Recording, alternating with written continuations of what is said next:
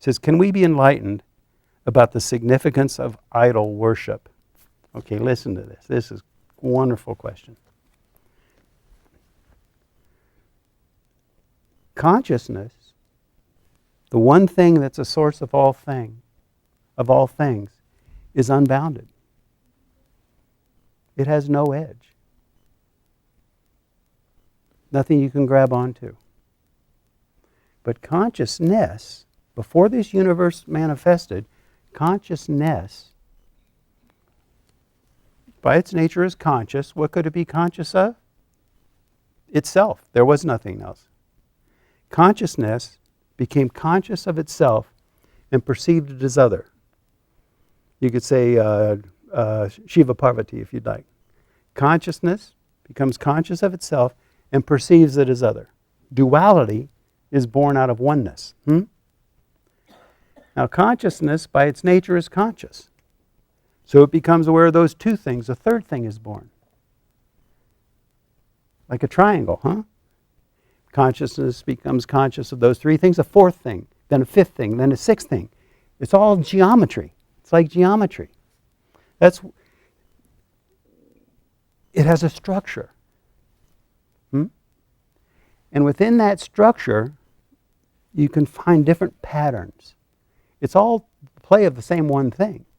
But there are different structures contained within that one structure. When you look at a Sri Yantra, that's what a Sri Yantra is. It's a geometric representation of that, long phrase here, self-interacting dynamic of pure consciousness.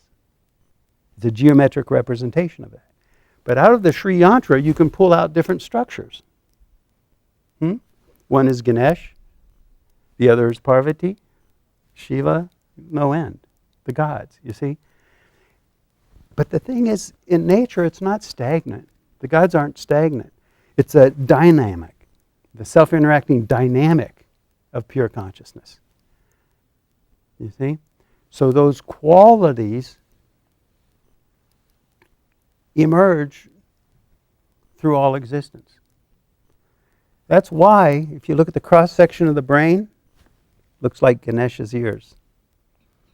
Look at a leaf. Sometimes people bring flower, it looks just like Ganesh. Because these are, just like in mathematics, you have addition, subtraction, multiplication, division. They're different, we call them operators in mathematics. They're operators. Within the unified field, you have different operators. Those are the gods. And so they're qualities that well up through existence and permeate everything. They permeate everything. You see? So, on the surface, if you look at an idol, call it an idol, what that is it's a physical correlation to the structure of, say, Ganesh. So now this is very beautiful, because when you look at that, when you look at a murti, say of Ganesh, it comes in on the surface, through your sight, and goes in and touches the depth. And so it integrates the physiology. It becomes an evolutionary process just to look at a murti. You see? Just like when you listen to Vedic cognitions. It comes in on the surface and resonates. You know the word resonate? It harmonizes with the depth. It purifies the physiology, and you awaken through the surface. You integrate the surface with the depth of life by listening to Vedic chants. Now I'll tell you the next step. What is a havan? What is a puja? Okay, so you need all these pieces of the puzzle, huh?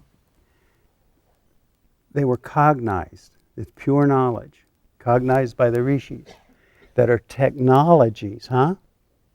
Just like the cell phone is a technology. These are technologies of the unified field. So that if a value of the unified field is deficient in your life, there's a puja, a technology that you can witness that enlivens that value in your physiology. You want to remove obstacles, puja to Ganesh, and that the removal of obstacles. That's the quality of that aspect, you can say, of oneness. That personified value that correlates to removal of obstacles and other things, you see. So the point is, it's science, it's mechanics, but it's also the heart. It's just like music. When you think about it, the structure of music is very mathematical. You have these little notes, points, very mathematical. But when you listen to music, it's the flow that makes the music. That's the heart. And Veda is like that. The chants, you listen to the chants, you know, it just carries you right to the transcendent. Right to God, right to the absolute. But it's all a dance on points, and the points correlate to the structure of the yantras. That's why you can have a different ragas that are different deities, you see, like that. Now, what have we just done here? Oh, well, that's all very interesting, but now let me go about my life? No. Now we have an understanding. And that understanding is precious. You know, there's a lot of concern now because a lot of the younger generation, they look at the Vedic knowledge, it doesn't make any sense. And I understand there was a number of pundits in India that were discussing, what are we going to do? These kids, they don't value this precious knowledge. What are we going to do? So I said, well, we can teach them Sanskrit.